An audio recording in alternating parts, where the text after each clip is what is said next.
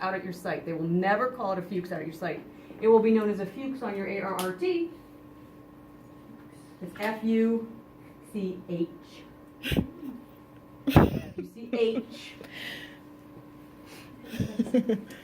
F-U-C-H. Now, this hole that you're seeing this in is the foramen magnum in your skull.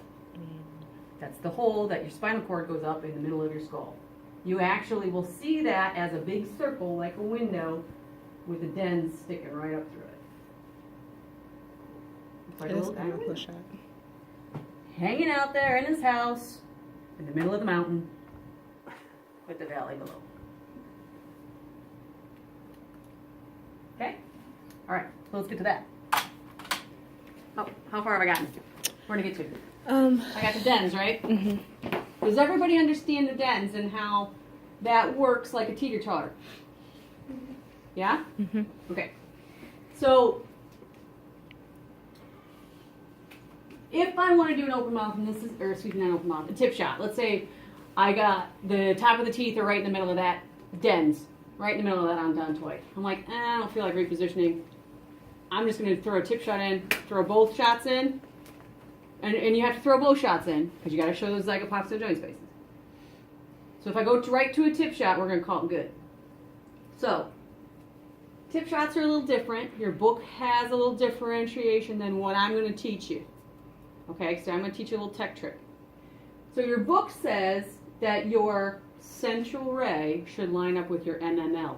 Your MML is your mentomeatal line. So what's your meatus? Your ear. Your ear hole? Your ear hole. That's the hole right here in your ear. For head work, we have all these imaginary lines. Whole shit pile. So mentomeatal line, though, is from the tip of your mentum, that's the candy too, whatever that is, Mentos. Oh, yeah. Right? Not the same thing here. Tip of your mentum, which is your chin, your mental point. Imagine an imaginary line from here to your ear. I like to use it like a phone call. Right? That's this line right here. It's a phone call. So what I'm going to do is I'm going to line him up so that MML is perp to my board. So imaginary line from his mentum to his middle of his ear is right here. That's his phone call. So I'm going to tip your chin up, stop. Right there. Now I look at this. That imaginary line between the two is perp to my board. Y'all see that, right? Mm-hmm. Okay. That's perp to my board. Now your book says if you go parallel to that, if you have your mental, just so you hear more, if you have your mentomeatal line lined up perp to your board, your central ray should come right in 2 inches below that in that little soft gullety spot. I don't know what you call that. What do you call it on chickens? Turkeys. Gobblers. What do you call it? Giblets. No, I don't think the giblets. That's Yeah. I don't think that's I think it's only Peter Griffin right here. I don't think that most people know. But I don't know what this is called, but it's that little soft gullety spot that you have right here, 2 inches down from your mentum, right here, okay? Now notice that line, your central ray now, is parallel with the MML, isn't it? It's parallel. This is what your book tells you. And is that okay? Absolutely. But as a tech, I'm going to do a little tech trick here, and I'm going to throw 5-10 degrees on that cephalic. Still enter in the same spot. I'm not going to be totally parallel to that line, but I'm going to add 5-10 degrees.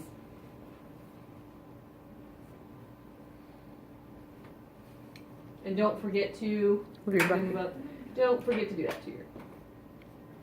So everything is the same other than the ankle of the tube. Everything is the same other than and that's the very last thing I do. Okay. And make sure it's still central ray, still same spot. When do you add the swimmers then? Because you said you didn't add that when you... Haven't yet. I showed you how to do it. Right. But usually what I do is I do my whole C-spine routine. I go take a look at all my images. I see then what I need. Okay. So if I need a swimmers, then I'll do it because now I'm at 40 inches. Got it. So I'll come back out and go, okay, now I need a swimmers and maybe I need a tip shot. So the swimmers is at the end For me, for you. yeah, maybe you want to do it earlier, but like I said, I saved myself time from going to 72, back to 40, back to 72. I just saved myself time. So what if you get someone that is like really loose, really like floppy chin stuff? Just go 2 inches down. You might have a whole bunch of fat here, whatever, chins. Go 2 inches down, or an inch and a half even. And you will have that. And you're going to have a whole bunch of people, you know, they're like 400-pound dudes with the, but like they have a bald head, but it looks like they have We got one. like of a bit, those. like Tumor in the back. like yeah, like a big fatty Big fat. thing back there. Sometimes that's going to be a little bit more to go through when you're talking about technique and some stuff like that. Now, I'm going to tell you too, every one of these C-spines should be manual. You're going to have people try to do manual with AEC, don't do it. Because your C-spine on you guys is maybe 2 inches, that's about 2 inches, about 2 inches wide to 3 inches wide, that's it. So step back. Now, on the AP, you can easily get that over that, right? But when you're doing somebody's neck, and we looked at some of those images today, not everybody's a nice J, are they? No. Some people are like this, or all weird. You think you're going to get that over that little wee spot? No. No. But if you manual time it, you set your own technique. Doesn't matter. I might be a hair off this way, or this way. I'm still going to get a good image. I'm going to get a good density contrast. What's the technique for the tip shot? Okay, so tip shot's going to be a little weird. So normally we've been talking about, so what was our AP? 70. At 6. 70 to 70 at 6, maybe, right? Okay. If you use 80 kV, I'd probably drop. If you go up in kV, you're going to Down in mass. drop in mass. If you use 80, I'd probably use like 4 on an AP, maybe even 3 on him and on myself. Now your tip shot's going to be very strange because you're not going to think you need that much. Your tip shot's actually quite a bit more because you're shooting through skull. You're shooting through a lot more bone. So I like typically when I do it, 80 at 20. I know that seems high, but it works great. I know it seems high, but it works great. Okay? So again, you can do it like the book has it, have everything perfectly even, or you can add that extra 5-10 degrees on it. That'll work really nice, trust me. And what that does is, I'm sorry. What that does is when you add that little extra degree on it, see the distance between here and here? Okay. If you do it like the book says, this is what happens. Your mountain is smaller. And you have smaller space for your little window. You add a little extra in, I'm going to give myself a little bit more space between here and here to get that magnum foramen in there with my dents. So as far as your collimation goes with that, is it pretty much the same as the open It's not mouth? open mouth. Yep. You don't need anything other than like a 4x6. You should not be getting the whole head on.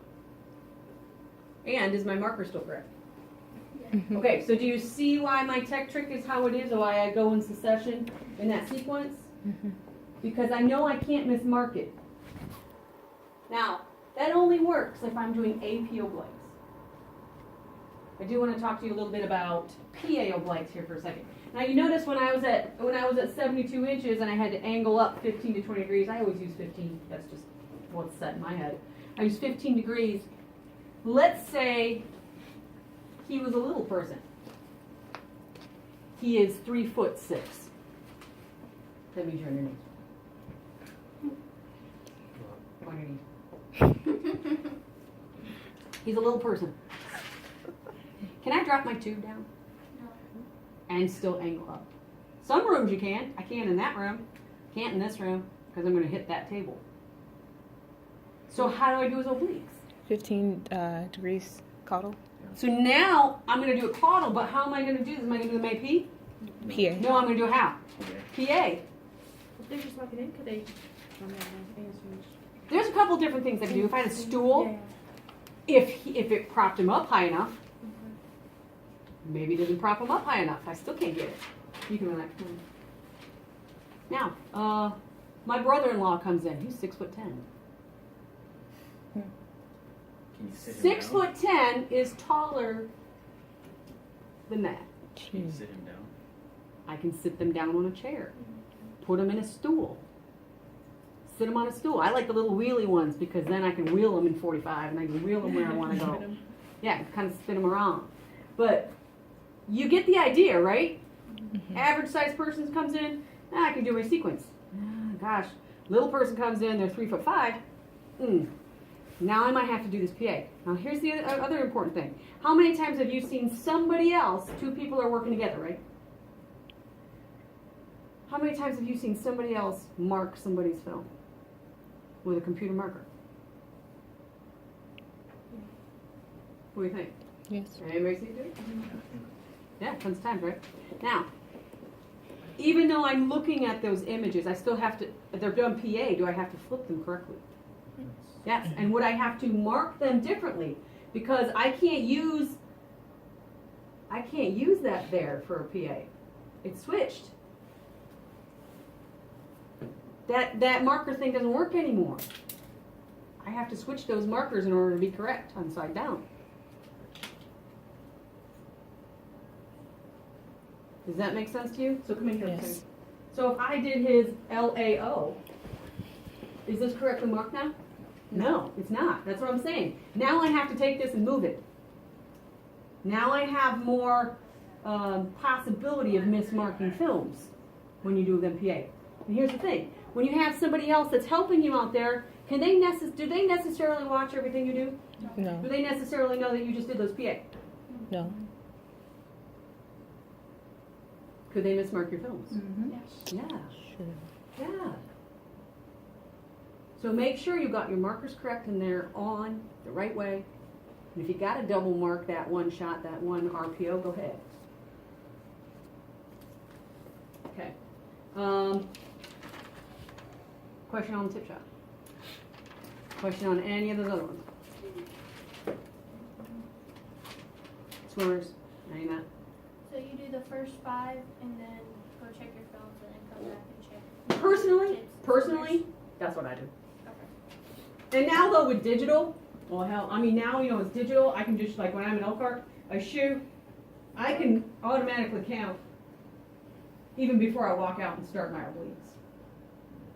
So I already know, like whether or not I have to go do the swimmers or do whatever. I just kind of do my routine like that. That's just how I do it. I teach you my way because I think it's the best, but you know, I'm partial. So, questions? No one sees fine. This is just upright. I also still have to teach T on the table. We got to learn T-spine too. Today? Well, how much time we got? We're at almost an hour. It's a quarter to 12. Okay, let's go for 15 more minutes here, okay? T-spine. This is going to be, again, a technologist choice on how they want to do it. I like to do my T-spine standing up. Because normally, is everything always kind of up to the upright bucky anyway? Yeah.